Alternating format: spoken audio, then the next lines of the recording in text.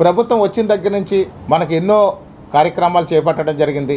ఆర్థిక పరిస్థితి చాలా అంతంత మాత్రంగా ఉండి అసలు ఆదాయం లేని పరిస్థితుల్లో ఆంధ్రప్రదేశ్ ఉండిపోతే ఆ పరిస్థితి నుంచి అప్పులు మేనేజ్ చేసుకుంటూ రాష్ట్రం సంక్షేమాన్ని ఒక పక్కనే ఎప్పటికప్పుడు అమలు చేస్తూ అదేవిధంగా చూస్తే అభివృద్ధిని మరో పక్క చేస్తూ సంక్షేమం అభివృద్ధి జోడెద్దుల పాలనలాగా ముందుకు తీసుకెళ్తూ కూడా ఏ రోజుకి ఆ రోజు అప్డేట్ చేసుకోవడం జరుగుతుంది.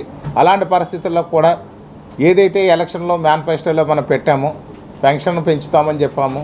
వచ్చే నెలనే మొదటి తేదీనే మన పెన్షన్ పెంచి ఆ రోజు నుంచి ఈ రోజు వరకు ఎక్కడ ఎలాంటి అవాంతరాలు లేకుండా ఒక్కరోజు కూడా లేట్ అవ్వకుండా కూడా పెన్షన్లు ఇవ్వడం జరుగుతుంది. ఉచిత ఇసుక అనేది ఇస్తామని చెప్పాము.